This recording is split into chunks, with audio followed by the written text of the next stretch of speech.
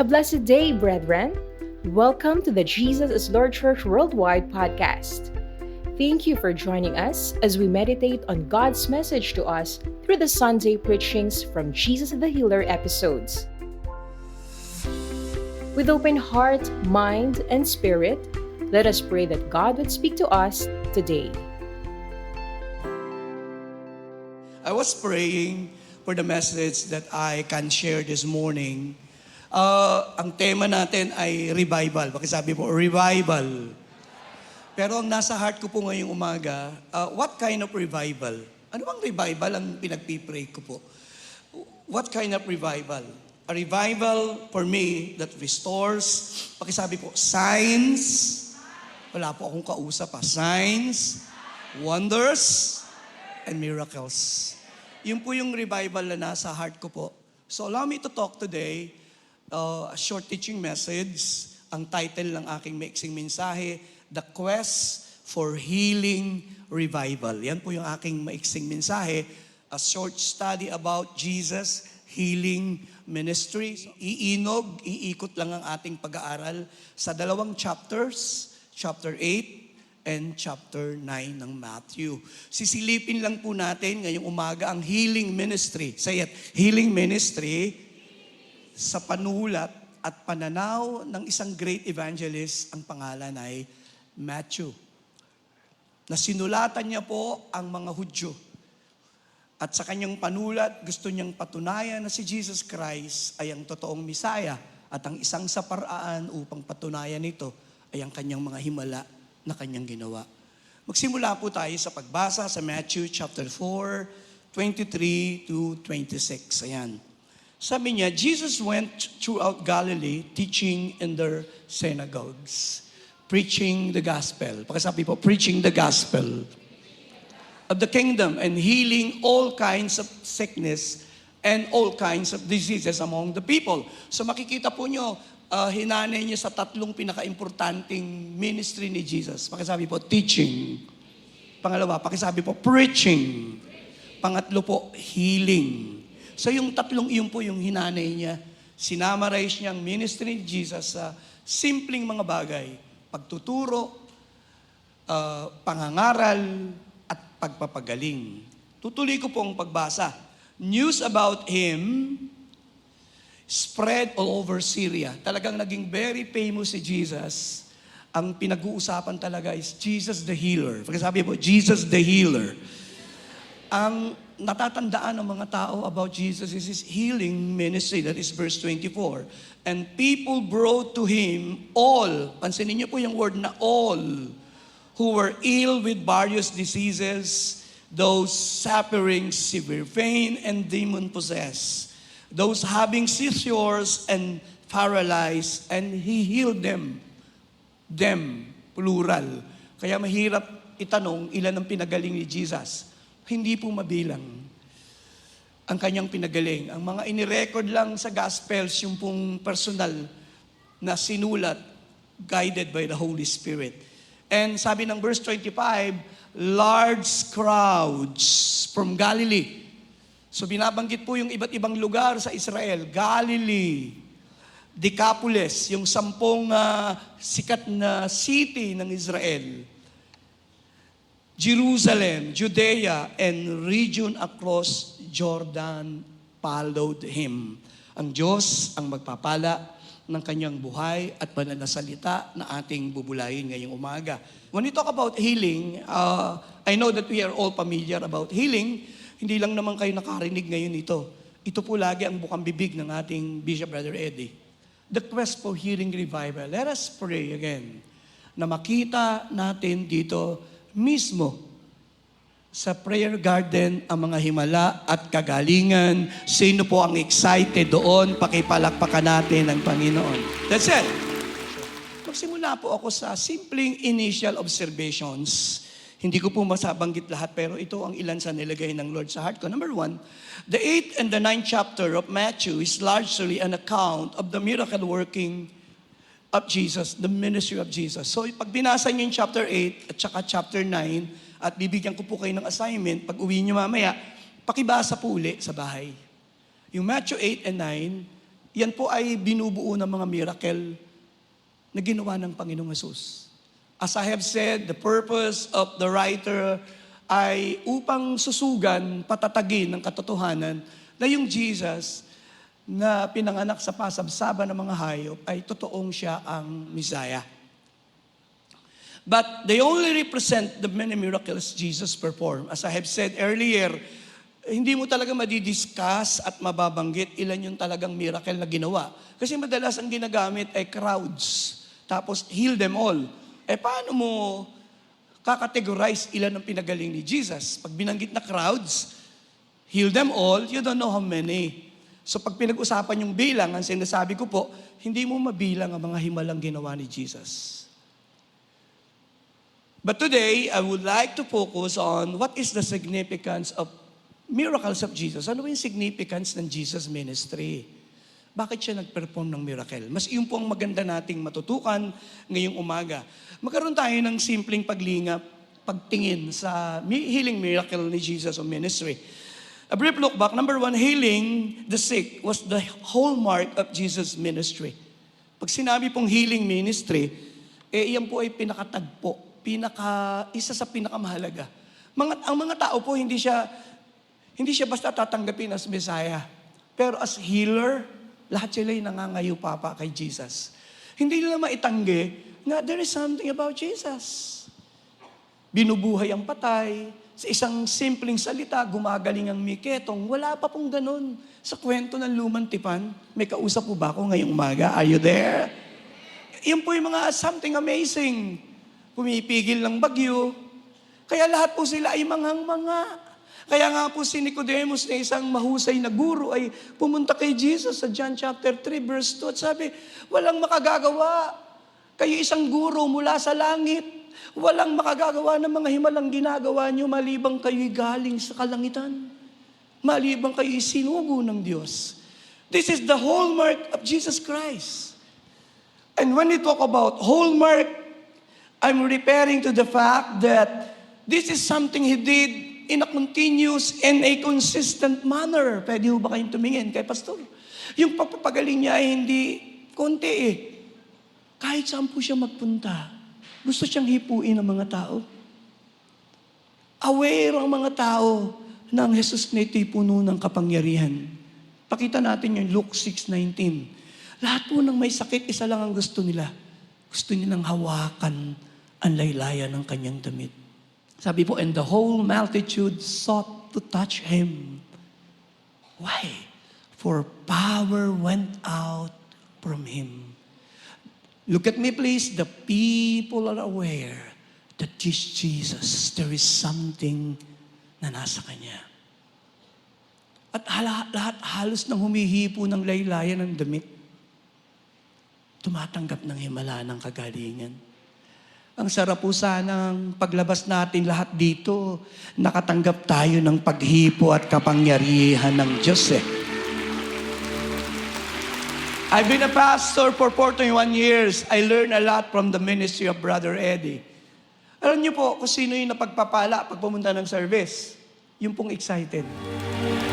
Alam niyo po yung mga excited, hindi pa ipinagpipray eh. Hinihipo na ng Diyos eh. Yung po ang nag-a-attract eh. They are excited about the touch of God. Number 2, when you talk about observation pa lang po naman yun to. Just a brief look back when you talk about the healing ministry of Jesus.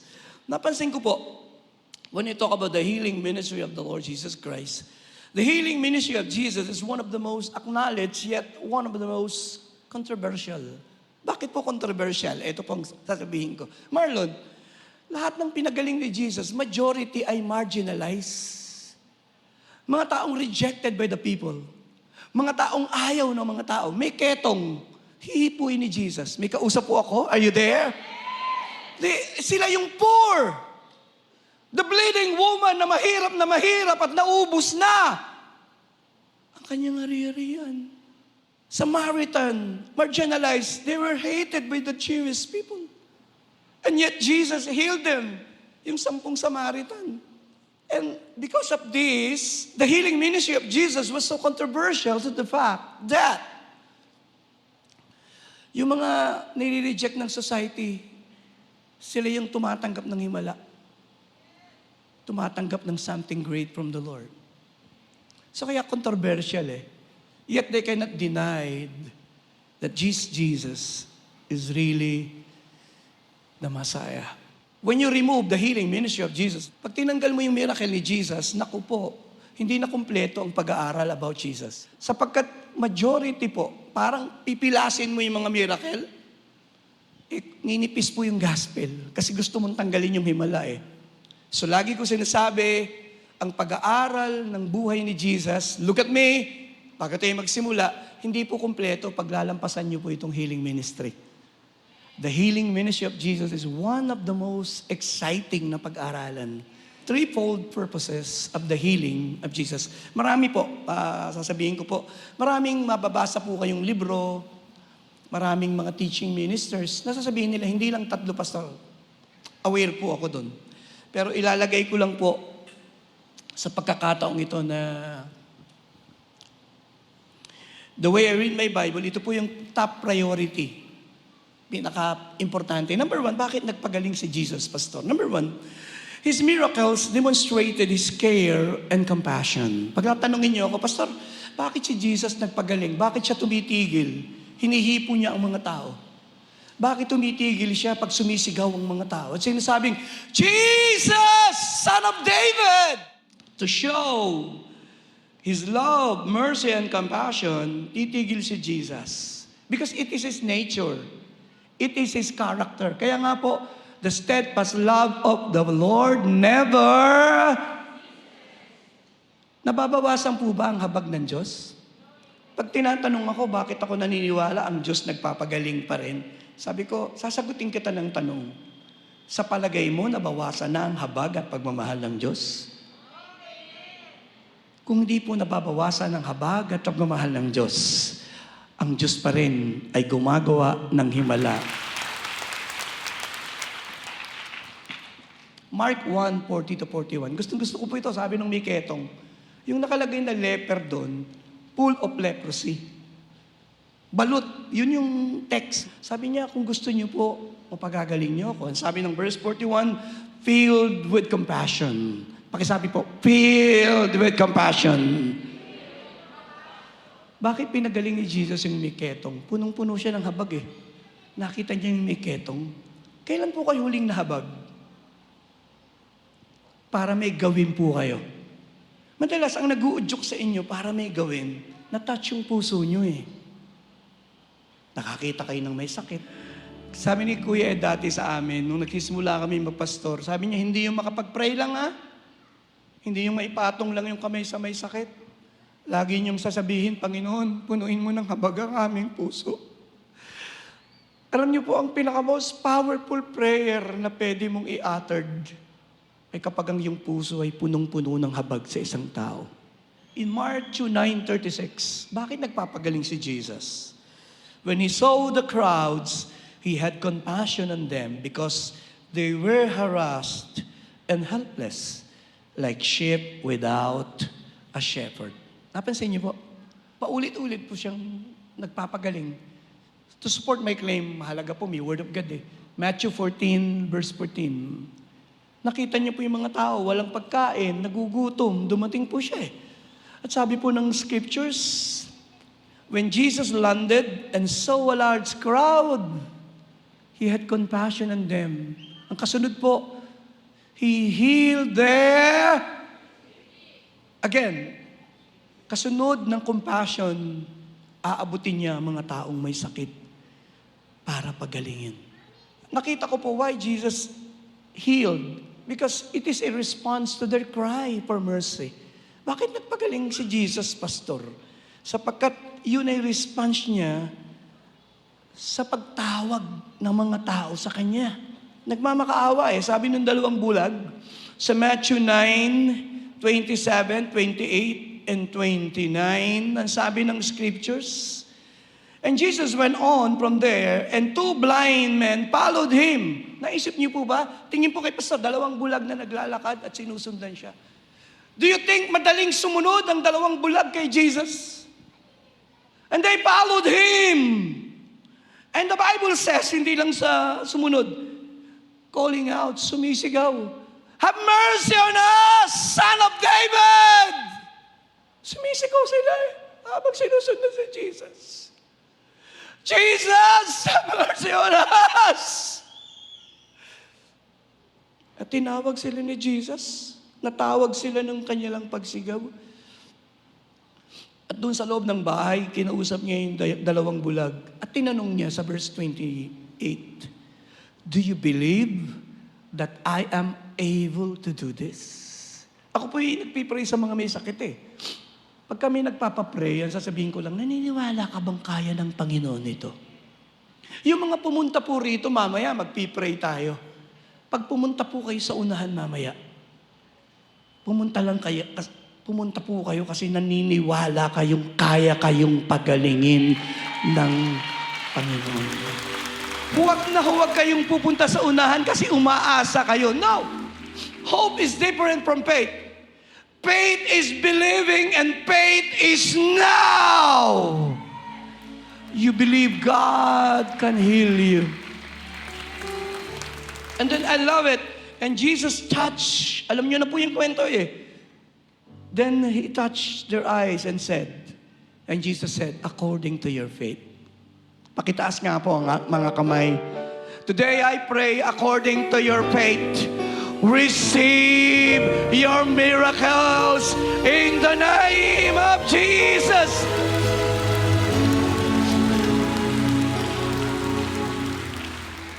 I love this story in Luke chapter 7.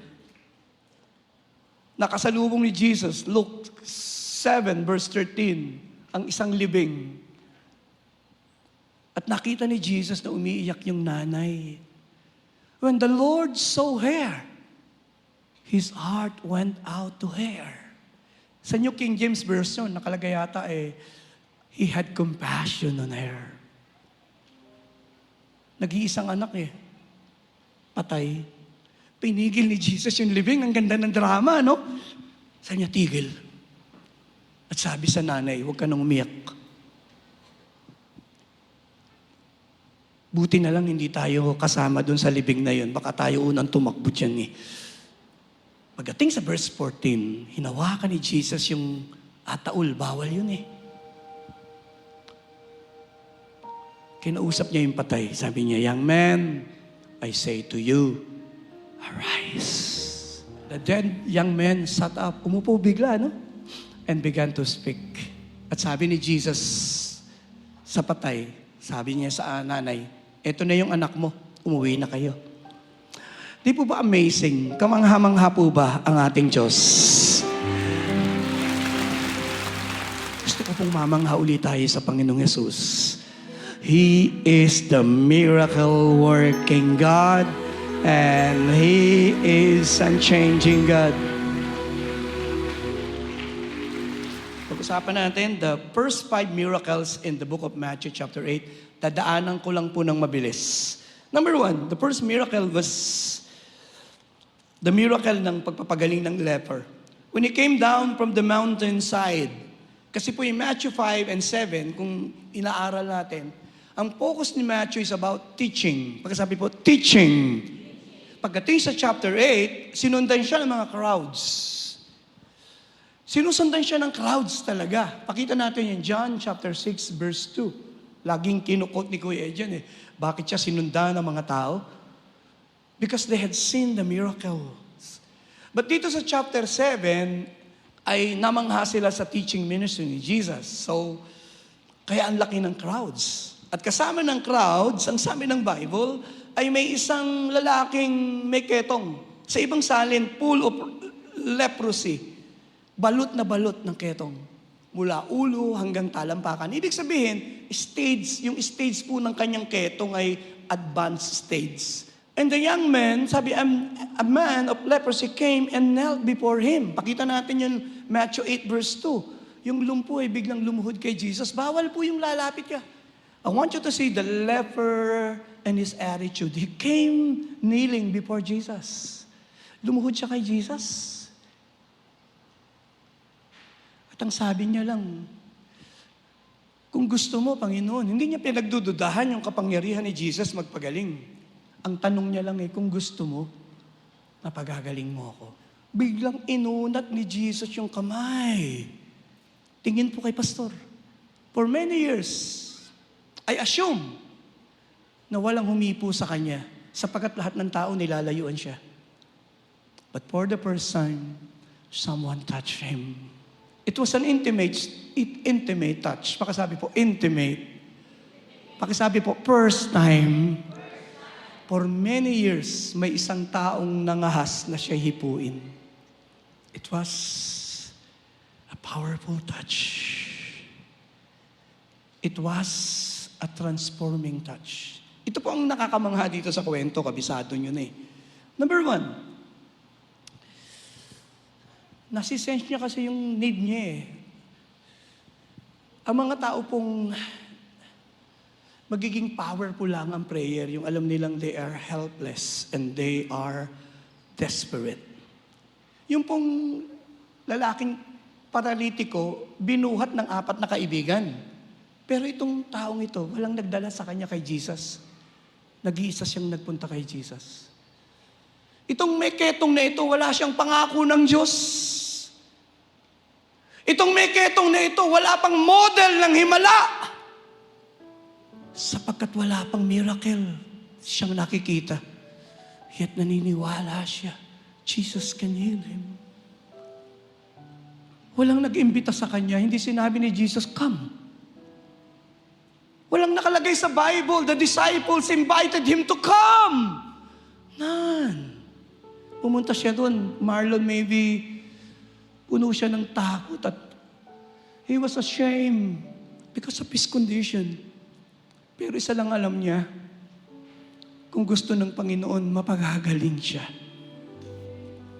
And the Lord simply touched him. Can you imagine, sa isang hipo ng Panginoon, ang leprosy ay napawi. May mga tao po bang gusto niyong hipuin ng Diyos as you pray today?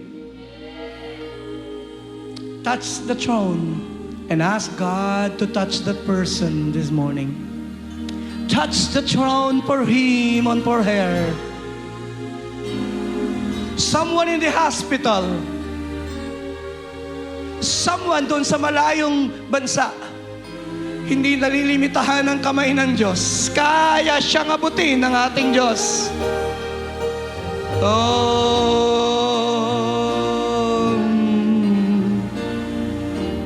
I pray, Father, habang nakataas ang aming kamay, touch the sick, touch the weary, touch the wounded, touch that person na kanyang ipinapanalangin. We believe, Lord, today, may ginagawa po kayo. Somebody say amen. Pakipalapakan natin ang Panginoon. Punta po tayo sa pangalawang miracle. The second miracle was, familiar tayo, healing of the centurion's servant. Lumapit po ang isang centurion kay Jesus. Centurion, makapangyarihang leader ng army. May 100 siyang nasasakupan. But hindi po siya nahiya na kay Jesus, na isang Hudyo, ay lalapit siya at magmamakaawa. Sa Bible, 2 beses lang namangha si Jesus eh. Una, Matthew 8 verse 10. Can we show? Namanha siya sa faith ng lalaking ito eh. Sabi ng lalaki, just say the word and my servant will be healed. Namangha siya dun sa Syrophoenician woman. Sabi niya, woman, great is your faith. 2 beses lang po. Tumingin po kayo, anong mapapansin po ninyo? Hindi po Hudyo yung 2 yan. They were Gentiles. Wala silang part sa covenant. Wala silang part sa pangako. And yet, their faith is great. Yun po yung ganda ng kwento. Ang nagpakita ng great faith sa panulat ni Matthew ay mga Gentiles. Sino po yung lumuhod nung ipanganak si Jesus? Hindi po Hudyo. Gentiles, the Magi. What is the purpose of the writer? Upang ipakita sa lahat ang nagpapakita ng higit na pananampalataya kay Jesus ay ang mga taong walang totoong covenant sa Diyos.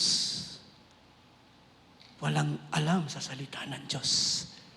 Meron silang simpleng pananampalataya sa Panginoon.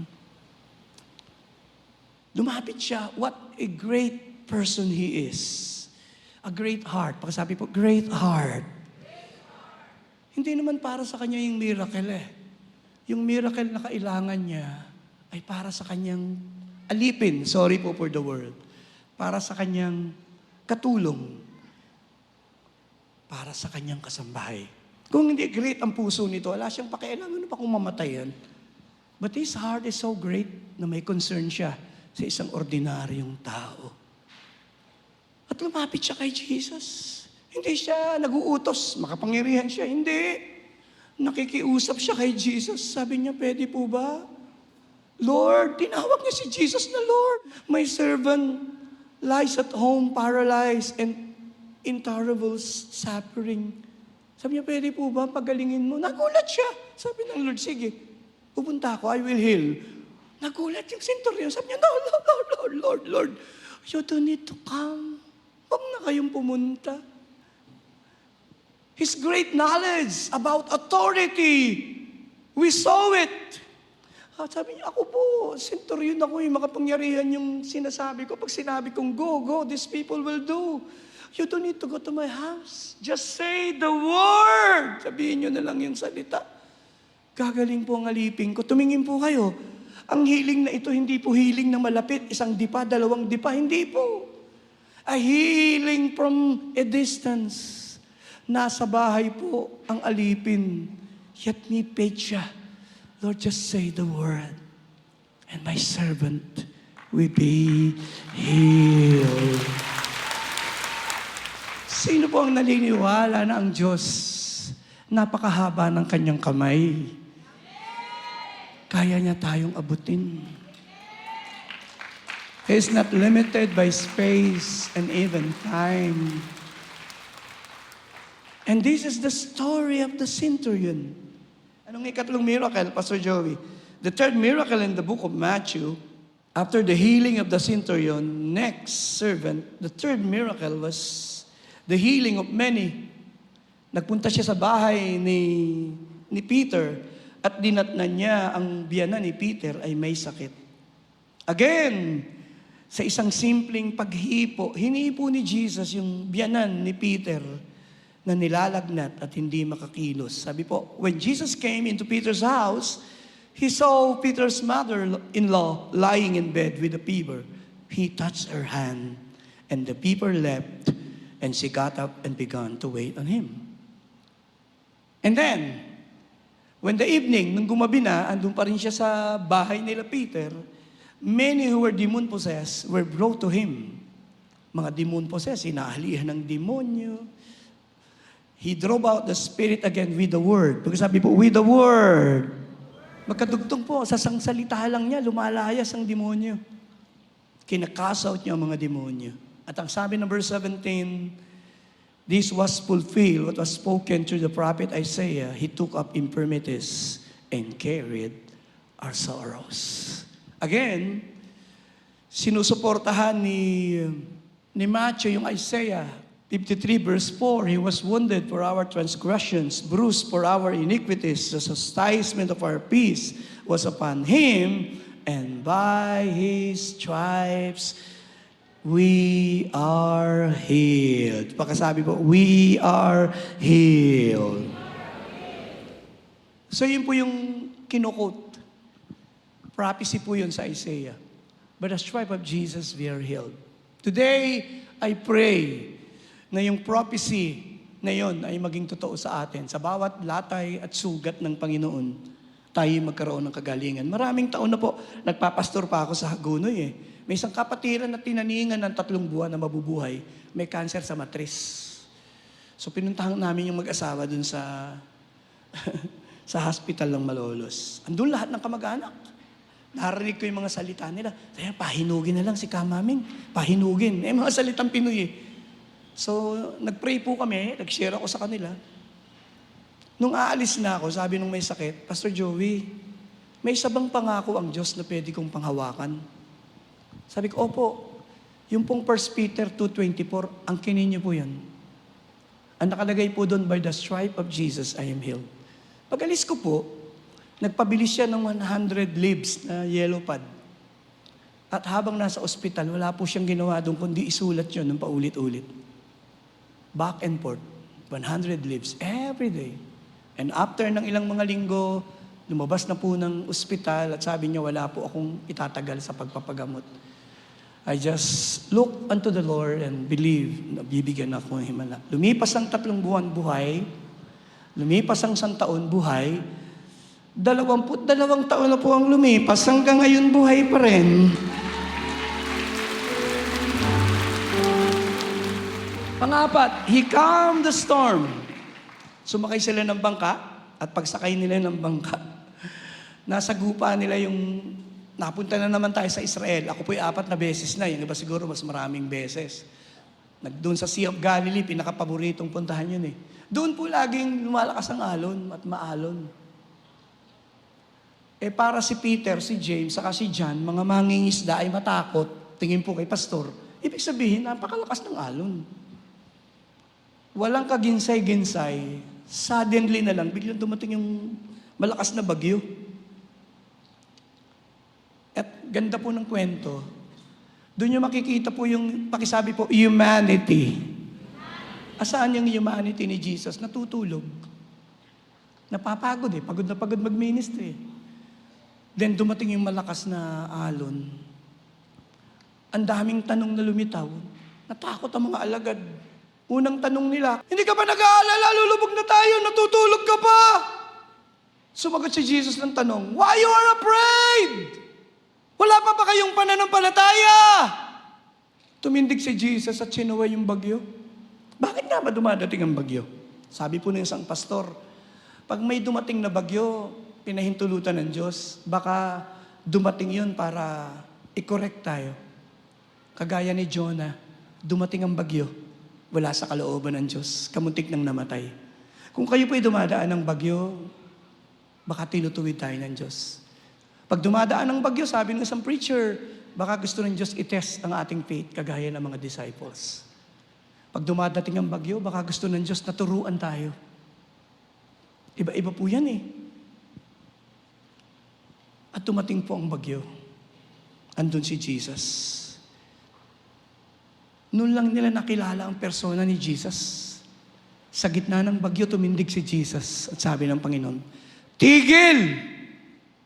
Be calm! Ang mga alagad nagulat. Yung malakas na bagyo, biglang, Nagtanong uli sila, sabi nila, sino to? Pati ang bagyo ay sumusunod. They know now something about His person. They know something about, nakita nilang magpagaling ang Panginoon. Pero this time, even the nature, pagkasabi po, nature, hindi nila maubos maisip na maski ang mga bagyo at ulan ay tumitigil. Nakita nila, nagkasao si Jesus ng sakit, demon-possessed sa isang salita, but not a very strong storm. Hindi ko po alam sa inyo ang nasa gitna ng bagyo. Ang alam ko lang, sasamahan kayo ng Panginoon sa bagyo at kaya niyang patahimikin ang mga bagyong yan. Minsan talagang mabagyo eh. Ang buhay, hindi payapa. Sa 41 years ng pagiging pastor at 44 years na Kristiyano, marami na po akong bagyong dinaanan. Dumating ako, patay ang tatay ko. Napakatinding bagyo. Hindi ko alam paano kami babangon. Ang haligi ng lakas ng pamilya ko nawala. Hindi kami handa. Sakbibi ako ng lungkot. Nagpipreach ako sa pulpito. Pinipilit kong palakasin ng tao, pero pag nag-iisa na ako sa likod ng church, umiiyak ako. Nawalan ako ng isang ama na napakabuti.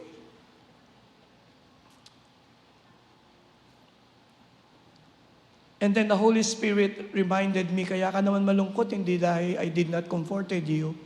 You are sorrowful because you refuse to be comforted. Ilan ang nakaupo rito, may mga sorrows kayo sa puso niyo.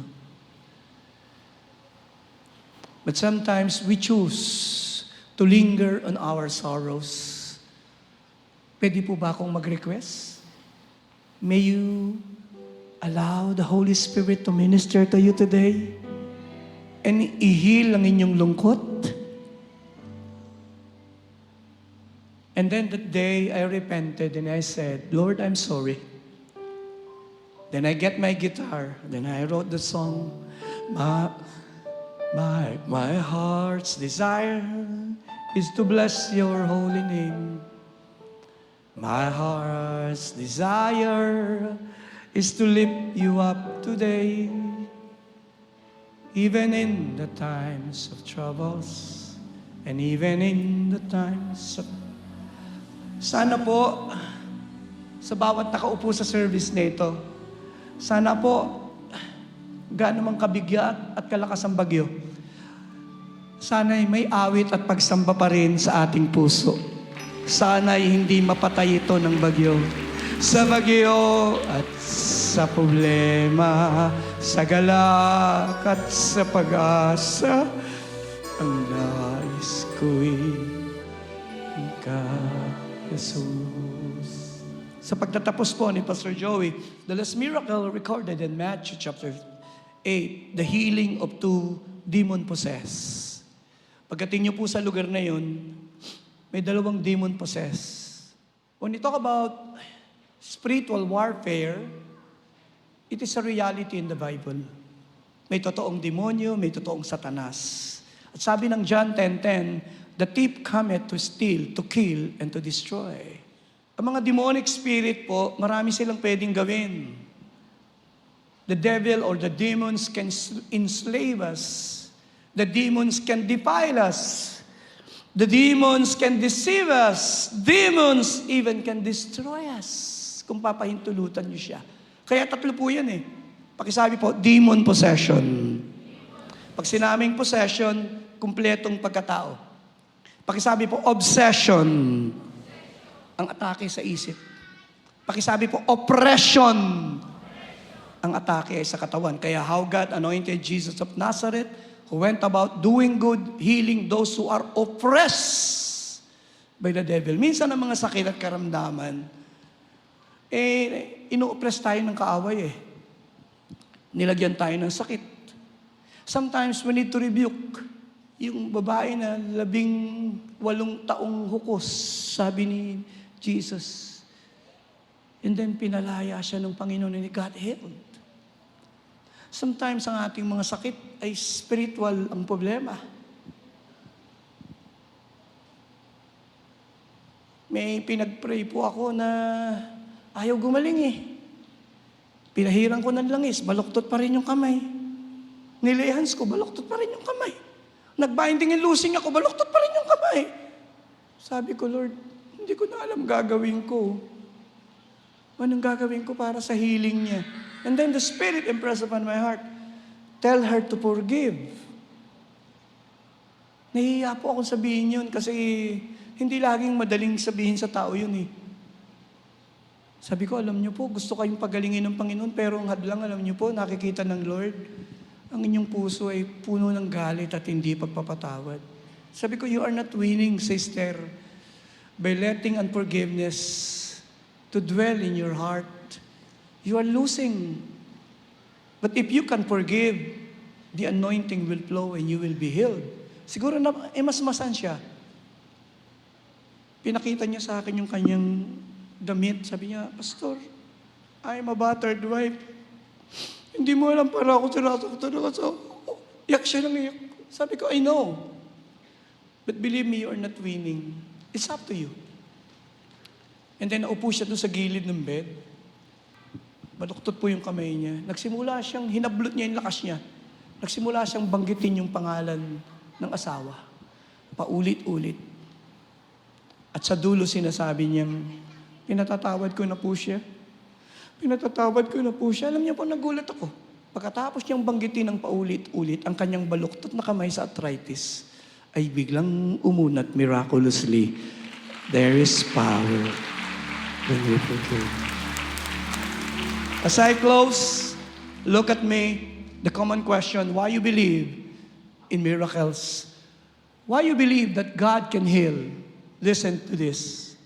Pag tinatanong mo kung ganito lang sagot ko, I read my Bible, the OT and the NT. God used to heal the sick. And I know, pakisabi po sa katabi mo, He is unchanging God.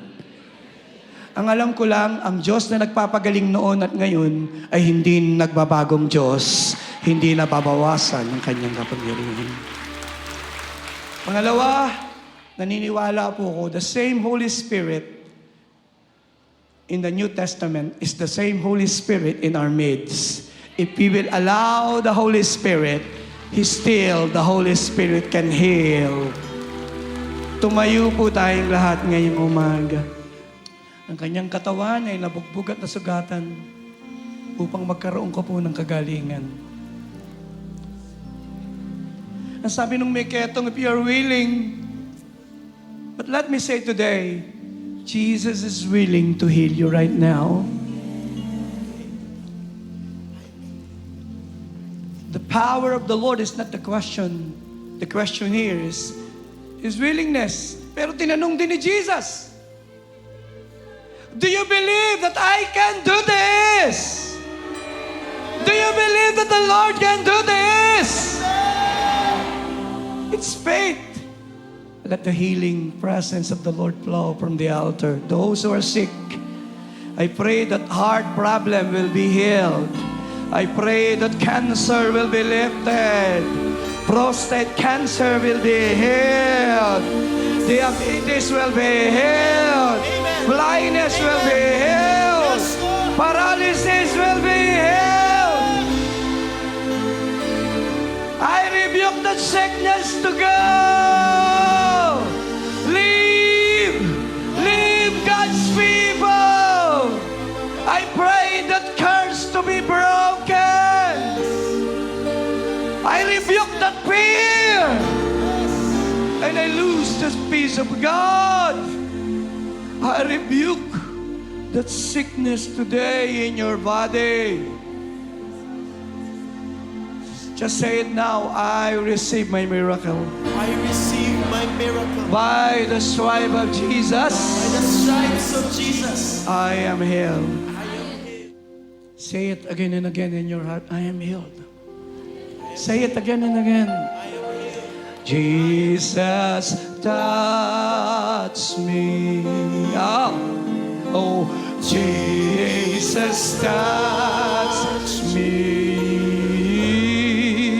Jesus, touch me. And now I'm here. Can we sing along everywhere? Jesus, touch me. Jesus, touch. Jesus, touch me. Jesus, touch me. And I'm no longer the same. Every instrument, hallelujah. Hallelujah. Jehovah, Jehovah Rapha. Hallelujah.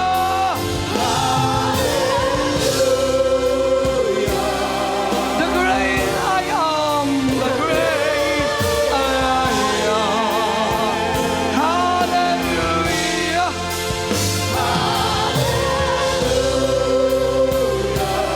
Jehovah Shammah.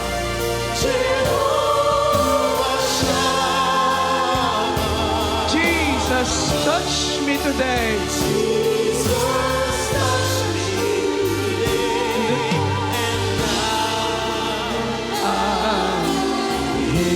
Just above the whisper, Jesus, touch me. Say it one more time. Jesus, touch me. Release your faith. Jesus, touch.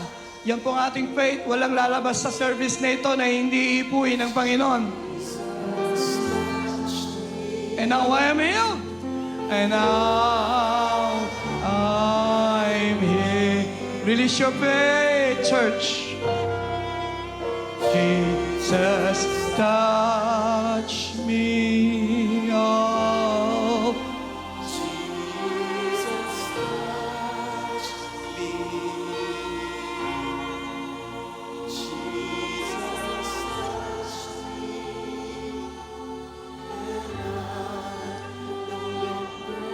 Tumingin po kayo saglit. The blood of Jesus, it has, pakisabi mo, redeeming power.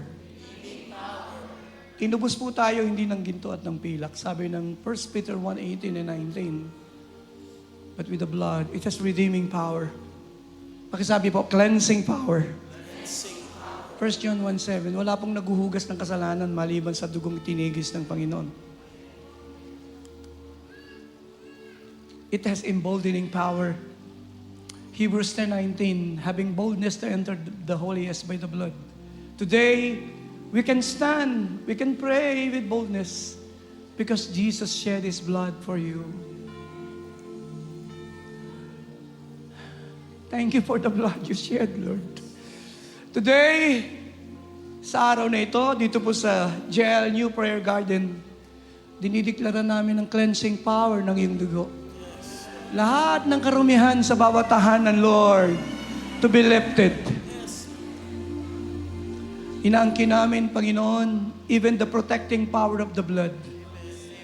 The devil cannot cross the bloodline. When the devil see the blood, he cannot cross the... Panginoon, takpan niyo po ng iyong mapulang dugo ang lahat ng narito mula sa nakatayo rito sa stage, CMT, the entire worship leading team, bawat narito who attended this service, maging ang mga sumusubaybay, dinideklara namin the devil cannot touch us and he cannot cross the bloodline. We claim the power of the blood today. Last, it has overcoming power. We overcome the devil by the blood of the Lamb. Hindi niya po tayo ma-overcome because the blood of the Lamb ay nasa atin. We are victorious through the blood of Jesus. Let us celebrate our victory. Sabi lang natin, marami pong salamat sa iyong dugong natigis. Salamat sa kapatawaran. Salamat sa kaligtasan. Kagalingan at kalayaan.